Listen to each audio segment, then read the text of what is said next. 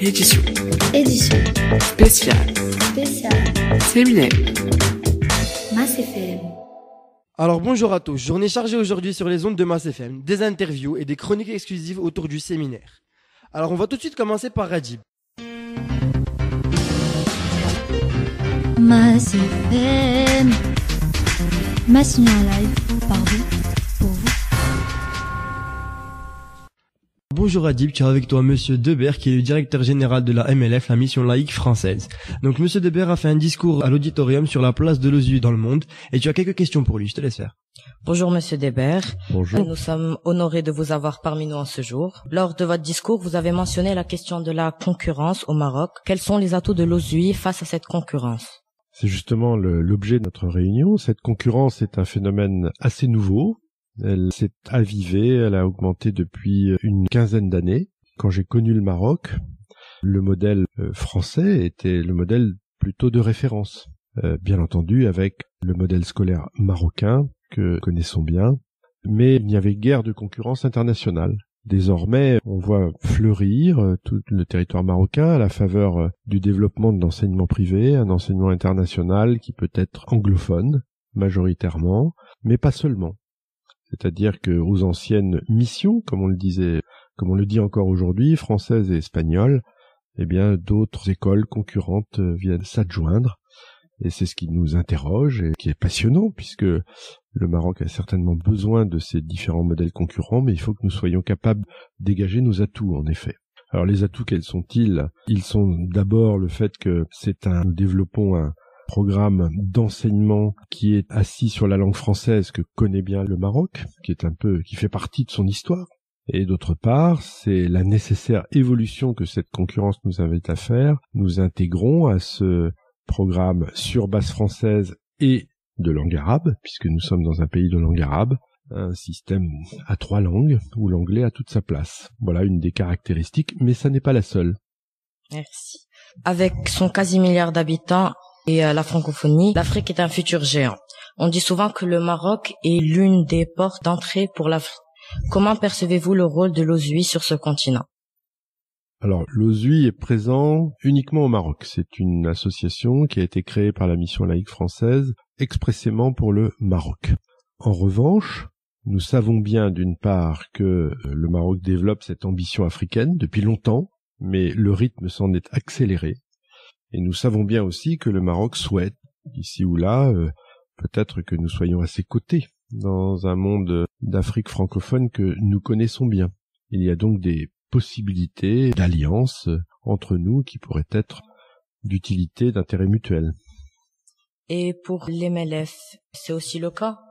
Bien sûr, nous sommes absolument convaincus que la francophonie est, en Afrique, la promesse, disons, de son propre développement, à la fois pour des raisons démographiques, à la fois pour des raisons historiques, à la fois pour des raisons liées, au fond, à ce capital de fidélité, de confiance, et que le Maroc, d'ailleurs, a augmenté lui-même, puisque le Maroc appartient à l'espace francophone.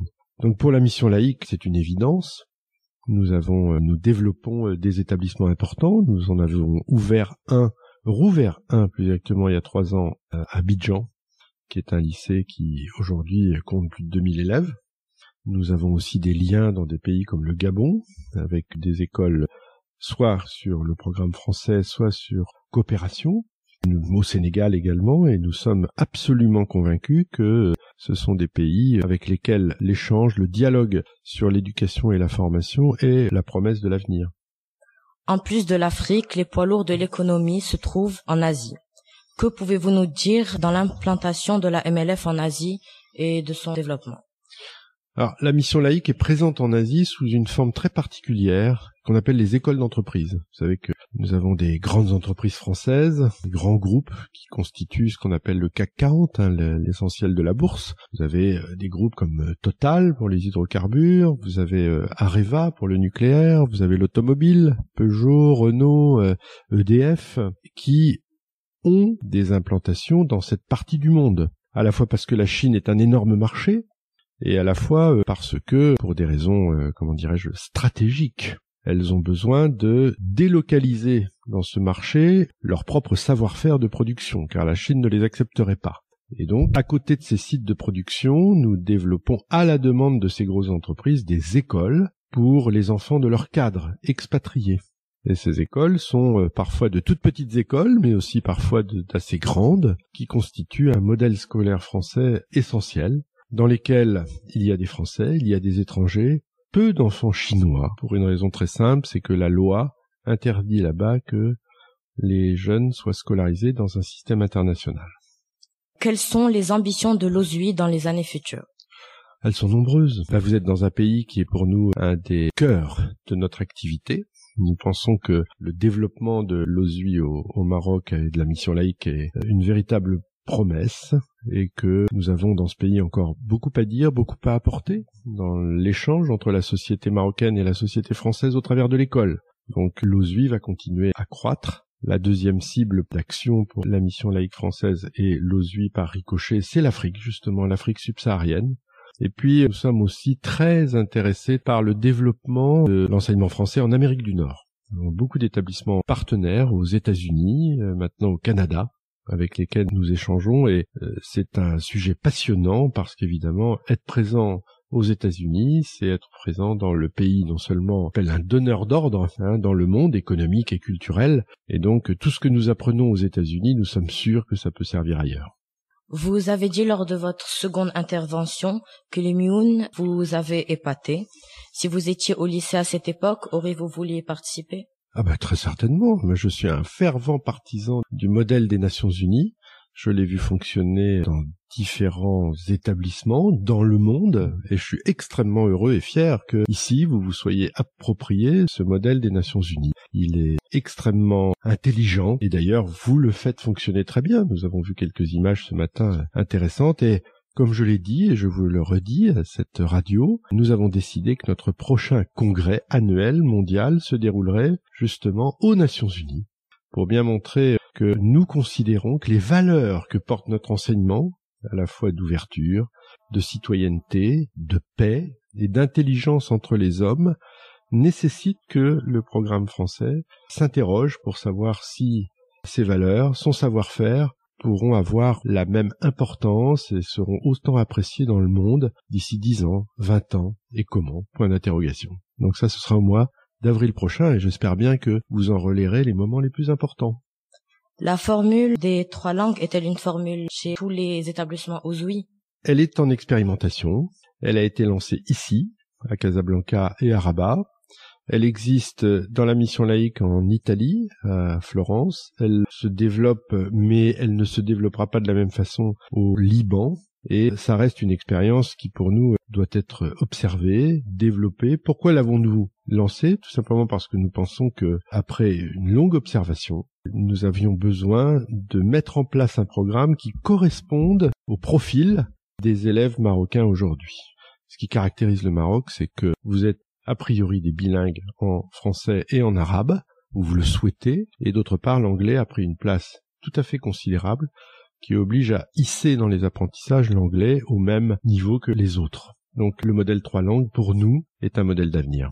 Je vous remercie d'avoir répondu à nos questions. Mais c'est moi qui vous remercie. Merci Adib et encore merci à Monsieur Debert de nous avoir accordé un créneau dans son emploi du temps très chargé. Édition. Édition. Spéciale. Séminaire. Mass FM. Place maintenant à Malak et à Madame Bellus, qui est la proviseure du lycée. Donc Malak, tu as quelques questions pour Madame Bellus à propos du projet d'établissement de ces 2 jours. Oui Khalil, aujourd'hui j'ai à mes côtés Madame Bellus, vous êtes la présidente du lycée Louis Massignon, c'est un honneur, bonjour Madame. Bonjour à vous. Aujourd'hui se déroule le projet d'établissement de MLF, pouvez-vous nous éclairer sur cet événement, comment se déroule-t-il ? Alors tout d'abord, je suis le proviseur du groupe scolaire Louis Massignon. Ce qui est important de préciser, c'est que ce groupe scolaire est sur 3 sites et qu'il y a 2 écoles en ville, l'école Mère Sultan et l'école de Val d'Enfa. Donc je suis le proviseur de l'ensemble de ce groupe et j'ai la chance d'être aussi la coordinatrice du réseau OSUI. Alors pourquoi un projet d'établissement ici au groupe scolaire Louis Massignon ? Tout d'abord parce que nous avons besoin, comme a dit Jean-Christophe Debert ce matin, nous avons besoin d'une vision dans notre pluralité, dans notre diversité, mais nous avons besoin de nous projeter sur l'avenir. Nous avons besoin de dire à notre communauté, à nos partenaires, à la MLF aussi, ce que nous voyons pour l'avenir de nos élèves et pour l'avenir de notre établissement. On parle de projet d'établissement. Pouvez-vous me parler des différents ateliers qu'il y a et les différents acteurs qui y sont? Alors, pour faire un projet d'établissement, nous avons évidemment la notion de projet et la notion d'établissement. Le projet, je viens de l'expliquer, c'est une vision sur l'avenir, et l'établissement, c'est qui? C'est les enseignants, tous les personnels de l'établissement qui ne sont pas enseignants, les élèves et les parents d'élèves principalement. Donc il était important pour nous de réunir toutes ces personnes-là, de tout le groupe scolaire Louis Massignon, pour réfléchir ensemble. Et réfléchir ensemble, ce n'est pas que les parents réfléchissent d'un côté, que les élèves réfléchissent de l'autre et les enseignants d'une autre partie. Donc notre décision a été de rédiger des thèmes d'atelier qui vont de la présence culturelle dans l'établissement à l'ambition scolaire, évidemment à la dimension linguistique de notre établissement et à la communication enfin. Donc il y a 8 ateliers. Ces ateliers sont dirigés par des personnels de l'établissement, qu'ils soient enseignants ou personnels de direction, mais aussi par des parents d'élèves qui se sont portés volontaires pour faire en sorte d'animer ces ateliers. Les personnes se sont inscrites et donc ça va des élèves du conseil de vie collégienne jusqu'aux parents d'élèves. Et donc ils ont choisi les 2 thèmes qui les intéressaient le plus. Et du coup, entre cet après-midi et demain après-midi, avec une régulation et un apport théorique des gens qui vont animer l'atelier, ils vont pouvoir faire émerger leurs idées pour ce projet et leur vision pour l'avenir. Nous compulserons tout ceci à la fin et nous entamerons un travail de rédaction dans la 2e moitié de l'année scolaire. Et il me semble que dans les ateliers, il y a des formateurs. Pouvez-vous m'expliquer leurs fonctions?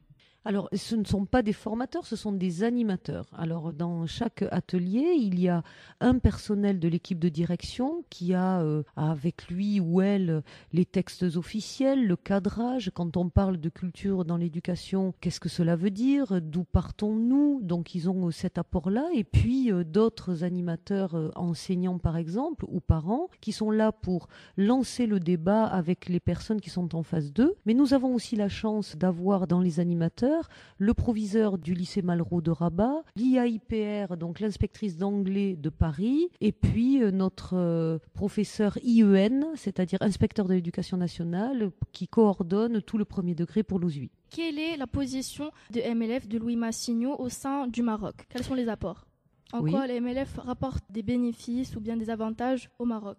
La MLF est le partenaire central, c'est l'association qui est à Paris et qui a une association qui lui est affiliée qui s'appelle l'OSUI. Donc du coup, nous avons évidemment un support qui est associatif et qui porte ses valeurs. Et comme l'a dit Jean-Christophe Debert ce matin, nous sommes évidemment dans le partenariat avec l'éducation nationale par le biais de l'homologation, mais aussi nous sommes différents. Et cette différence, c'est justement l'empreinte et les valeurs de cette association, mais aussi un support logistique, c'est-à-dire qu'au niveau de l'association, nous avons des partenariats avec des académies, nous avons aussi des personnels dédiés qui nous accompagnent pédagogiquement. Donc en fait, c'est cette appartenance à la MLF qui nous rend forts. Et cette appartenance à la MLF, ça veut dire aussi, pour nous au Maroc, la petite école de Darla, le lycée de Tanger, et c'est cette force du réseau qui nous permet d'exister comme le plus gros établissement de l'OSUI. Comment se diffère l'OSUI par rapport à l'AEFE? C'est une excellente question. L'AEFE, c'est un opérateur public. Je dirais que c'est le gouvernement français, par le biais du ministère des Affaires étrangères, qui est présent partout dans le monde pour diffuser l'enseignement français. Alors, nous ne sommes pas opposés à l'AEFE, bien au contraire. Nous sommes dans l'AEFE quand il s'agit de défendre les valeurs de l'enseignement français et de la France.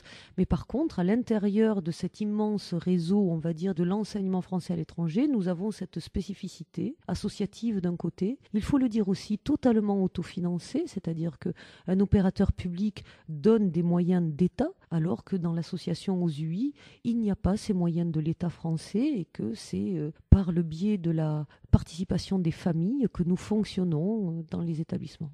Et lors du séminaire, on a parlé d'une concurrence accrue. Comment l'orientation stratégique se décline-t-elle à l'échelle locale? La concurrence qui vit à Casablanca aujourd'hui est bien naturelle. C'est-à-dire que la concurrence, il ne faut pas en avoir peur. Elle est d'abord et avant tout stimulante. Et puis, elle nous permet aussi, encore plus, de nous différencier par nos qualités.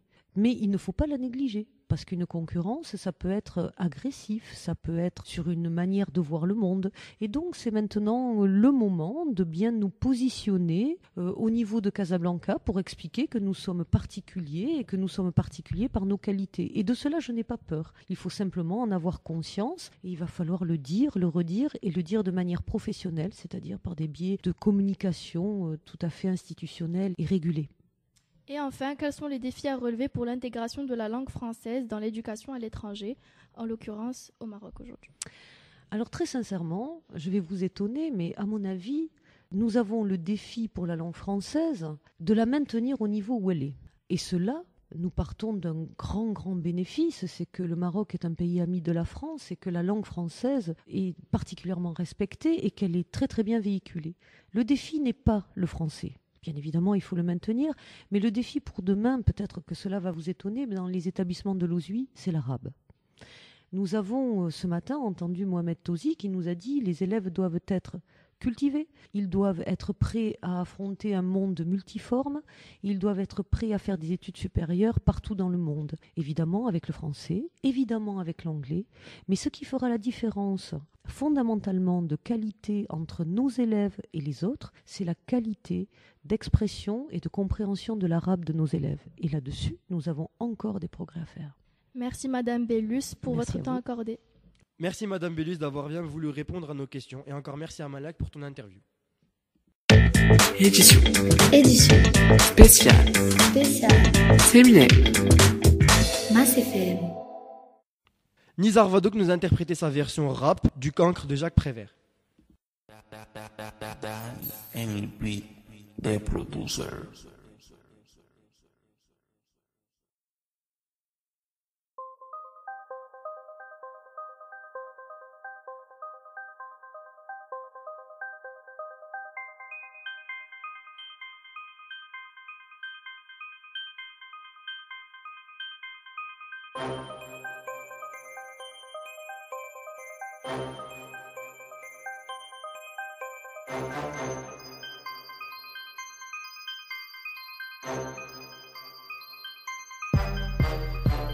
Il dit non avec la tête, mais il dit oui avec le cœur. Il dit oui à ce qu'il aime, il dit non au professeur. Il est debout, on le questionne, et tous les problèmes sont posés.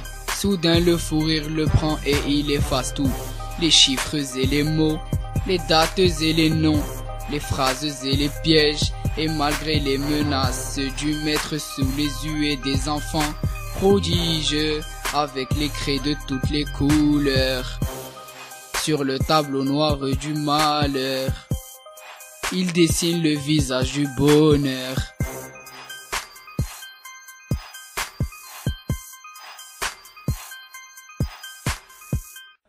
On remercie Nizar pour cette reprise très originale. Édition Spéciale Séminaire Mass FM. Alors bonjour Enzo, tu es avec toi aujourd'hui Monsieur Tozi, bonjour monsieur, qui est un politologue marocain. Alors Monsieur Tozi vient de finir son intervention à l'auditorium Edgar Morin et tu as quelques questions à lui poser. Je te laisse faire. Oui, bonjour Khalil, bonjour Monsieur Tozi. Bonjour. C'est un privilège de pouvoir vous interviewer aujourd'hui. Alors pourriez-vous vous présenter brièvement à nos auditeurs? Alors je suis professeur de sciences politiques et de sociologie, actuellement en charge de l'école de gouvernance et d'économie de Rabat, et en même temps je suis professeur à l'Institut des études politiques d'Aix-en-Provence. Vous aviez parlé durant votre discours de l'arabisation, et vous avez parlé de la fin de l'arabisation. Quelles pourraient être les conséquences de la fin de l'arabisation dans la scolarisation des écoles bilingues? Je pense qu'il faut faire une précision. J'ai parlé surtout de nos attentes en tant qu'institution et établissement qui accueille les bacheliers du système scolaire marocain, qu'ils soient privés ou publics. Et cette attente est liée à la maîtrise des langues, entre autres l'arabe. On constate généralement que la langue arabe a une position très marginale dans la formation, d'abord dans le système d'enseignement privé, mais qu'il a aussi une position marginale dans l'enseignement public à cause des déficiences au niveau des procédures et des méthodes pédagogiques employées jusqu'à maintenant. Du coup, la maîtrise de cette langue au niveau du supérieur reste très limitée. Pourquoi la langue arabe est importante au Maroc? C'est pas par rapport à son potentiel idéologique, comme langue, mais surtout parce que la réalité quotidienne implique une maîtrise à la fois de l'arabe dialectal, mais aussi de l'arabe classique, dans la mesure où le processus de démocratisation au Maroc et le fait que les élections sont devenues la seule façon d'accéder aux charges publiques fait que les élites actuelles, les élites qui nous gouvernent, qui sont appelées à nous gouverner, viennent de plus en plus du système qui maîtrise l'arabe. Et donc, pour avoir une chance d'accéder à ce statut d'élite politique, et donc parler aux gens, réussir des élections, gérer les affaires publiques, la maîtrise de l'arabe devient indispensable. Et pour vous, quel est le rôle de la langue française au Maroc et dans l'intégration mondiale? Le français est une langue très importante, d'abord parce que c'est comme dirait Khatib Yassine, c'est un butin de guerre, c'est un héritage, c'est une langue qui participe à la pluralité mondiale, c'est une langue des humanités, une langue d'ouverture, et sa maîtrise est très très importante. Il ne faut pas se fier aux apparences, elle n'est pas en crise, au contraire. Il est en plein épanouissement. Bien sûr, il est concurrencé par l'anglais, mais chaque langue a sa place. L'anglais est une langue standard, véhiculaire, relativement à potentiel littéraire et philosophique faible, du moins la langue qui est courante. Et donc, le français a une place importante dans la mesure où, dans la compétition internationale des étudiants, parce que maintenant, accéder à des lieux d'excellence, des lieux de formation demande un plus. On n'y accède pas uniquement par les mathématiques, on y accède surtout aussi par sa performance linguistique, que ce soit l'arabe ou le français ou l'anglais ou même l'espagnol ou le chinois ou enfin le mandarin. Et que pensez-vous de la place de l'OSUI dans le Maroc et dans cet objectif qui est l'intégration mondiale? Moi, je pense que le CUI est un réseau, est une institution qui partit d'un socle de valeurs très important. Elle porte une idée de la laïcité, et pas uniquement une idée de la laïcité à la française, une idée de la laïcité qui est amenée à inscrire son projet dans une gestion de la diversité, dans une neutralité du politique par rapport aux croyances, et surtout dans ce qui a fait le socle d'origine de la laïcité au XIXe siècle, une culture ouverte sur le progrès. Alors vous nous avez parlé du rôle de la langue française, donc il aimerait bien que vous nous précisiez un peu le rôle de la langue arabe surtout. Non, je viens de le dire, la langue arabe est très importante au Maroc, pendant le monde arabe. L'un des modèles les plus intéressants dans le monde au niveau universitaire, c'est les universités américaines dans le monde arabe, que ce soit l'université du Caire, l'université américaine de Liban, qui ont actuellement à peu près une centaine d'années d'existence, et ils n'ont jamais renié la langue d'origine. Donc ça donne généralement, comme j'ai dit, c'est lié à la fois à la capacité de gérer le pays, le fait qu'on se démocratise, les élites ne sont plus cooptées, ils sont élus. Et pour qu'elles soient élues, ils doivent parler au peuple. Et donc ça, c'est quelque chose de très important. Deuxièmement, dans la compétition internationale, l'arabe offre un critère de différenciation par rapport à l'offre mondiale. Il ne faut pas oublier maintenant que les Marocains qui sont à l'étranger redécouvrent l'arabe pour pouvoir aller travailler, par exemple, à Dubaï ou pour aller travailler sur le Moyen-Orient. Actuellement, j'ai mis en place à l'EGE un programme d'études arabes appliquées aux sciences sociales. L'année dernière, ils étaient que 12 étudiants allemands et italiens à y participer. Cette année, on a eu 95 de 15 pays différents et on était obligé de fermer parce que tout simplement, on n'avait pas assez de capacité pour prendre en charge ces étudiants. Ce sont de jeunes étudiants qui sont sur le point de faire des carrières de chercheurs ou de carrières de diplomates qui avaient besoin de cette formation de l'arabe appliquée aux sciences sociales. Je vous remercie, Monsieur Tosi, d'avoir bien voulu nous accorder votre temps et d'avoir répondu à nos questions. Pas de problème. Merci à vous et vraiment je suis content de voir de si jeunes élèves et futurs étudiants aussi dynamiques et capables de gérer une mission de radio aussi complexe. Le plaisir est réciproque, monsieur. Merci beaucoup. Édition Spéciale Séminaire Mass FM. Alors bonjour Yacine, donc ce matin un petit déjeuner princier. D'ailleurs tout à l'heure tu étais dans le hall avec les professeurs, le personnel administratif et les invités d'aujourd'hui. Et tu m'as quand même l'air un peu affamé. Eh oui mon cher Khalil, comment ne pas avoir faim devant un tel buffet? Un accueil très réussi pour cette journée consacrée au projet d'établissement. C'est assez impressionnant de voir tous ces professeurs en dehors du cadre de leur travail, mangeant et rigolant ensemble. C'est le cas par exemple de M. Bouya, habillé très élégamment aujourd'hui, pas comme d'habitude, qui nous a fait part du fait que le thé n'était pas très réussi. Une infinité de conversations interminables et une surpopulation de professeurs est responsable de l'école dans le hall de l'administration. Quand on voit la qualité de la nourriture servie, on pourrait croire que notre école a changé de cuisinier. Petit pain au chocolat, jus d'orange ou encore thé marocain, les invités ont été accueillis comme des rois. De grandes personnes étaient présentes, comme le chef du lycée, plus précisément le directeur général de la MLF, Jean-Christophe Debert. Cette matinée d'accueil s'est clôturée par l'entrée des invités dans l'auditorium, dans lequel se prononceront plusieurs responsables, comme M. Debert, notre proviseur Mme Bellus, M. Mohamed Tozi ou encore Mme Bénis. Merci beaucoup Yassine pour cette chronique matinale. On te retrouvera tout à l'heure pour le reste de la journée. Édition spéciale Séminaire Mass FM. Alors bonjour Enzo, tu es avec toi Madame Elatar qui est professeure d'anglais au collège et au lycée et tu as quelques questions pour elle par rapport à son activité aujourd'hui. Oui, alors bonjour Madame Elatar. Bonjour. Si vous voulez, j'aurais une question, c'est qu'apportez-vous à ces ateliers en tant que professeur? C'est un espèce de think tank, comme on dit en anglais, c'est échange d'idées. Donc c'est constructif parce que travailler en groupe, chacun apporte des idées différentes. Et là, moi, je travaille sur la santé, sur l'atelier santé aujourd'hui. Donc je pense qu'il y a beaucoup de choses à faire, justement sur la prévention de la drogue, du harcèlement aussi, surtout le harcèlement avec toutes les nouvelles technologies aujourd'hui, puisque vous y avez accès de plus en plus tôt. Donc on travaille beaucoup sur cette semaine de la santé qu'on va créer très prochainement. Quel est le lien entre cet atelier et le projet d'établissement? Ça rentre dans le projet d'établissement forcément, la santé, c'est tout ce qui touche les élèves, le futur de cette école et c'est quand même un point très important, la sensibilisation et voilà. En quoi consiste cet atelier? Comment vous allez en faire part aux élèves? Vous allez voir, à peu près une fois par mois, vous allez avoir un atelier sur la santé qui va vous être proposé. Là, on est en train de créer le planning par niveau, donc du collège jusqu'au lycée. On essaie d'extraire les thèmes les plus importants et les plus pertinents en fonction des âges, des intérêts et tout ça. Et est-ce que ce sera sur des heures libres de l'emploi du temps ou sur plusieurs matières? Alors là, pour le moment, je n'en ai aucune idée. On regroupe les thèmes, donc je ne peux pas te dire pour le moment. Pour l'enseignement primaire, est-ce que ce sera pareil? Non, pour le moment, nous, on travaille que sur le collège et le lycée. Merci à vous, Madame Elatar, d'avoir pris le temps de répondre à nos questions. Merci. Merci Madame Elatar. Édition spéciale Séminaire Mass FM. On passe ensuite à Yasmine Tiazi. Vas-y Enzo. Et bonjour Yasmine. Bonjour. Pourriez-vous vous présenter s'il vous plaît? Je m'appelle Yasmine Tiazi, je suis en première S2, je fais option art. Voilà. Pourquoi faites-vous cette fresque pendant le projet d'établissement? Déjà, le projet de fresque, il faut savoir qu'il a été commencé depuis l'année dernière. En fait, à la base, on devait visiter Artcom. Et après, on devait faire un projet avec eux. Et l'année dernière, on avait commencé à préparer le projet. Et la fresque, en fait, on l'a commencé pendant cet été, les débuts des vacances, à la fin de Ramadan. Et en fait, c'est juste que ça a traîné parce qu'après, on trouvait pas un moment idéal pour et les gens de Artcom et nous. Et du coup, c'est pour ça que ça a traîné autant.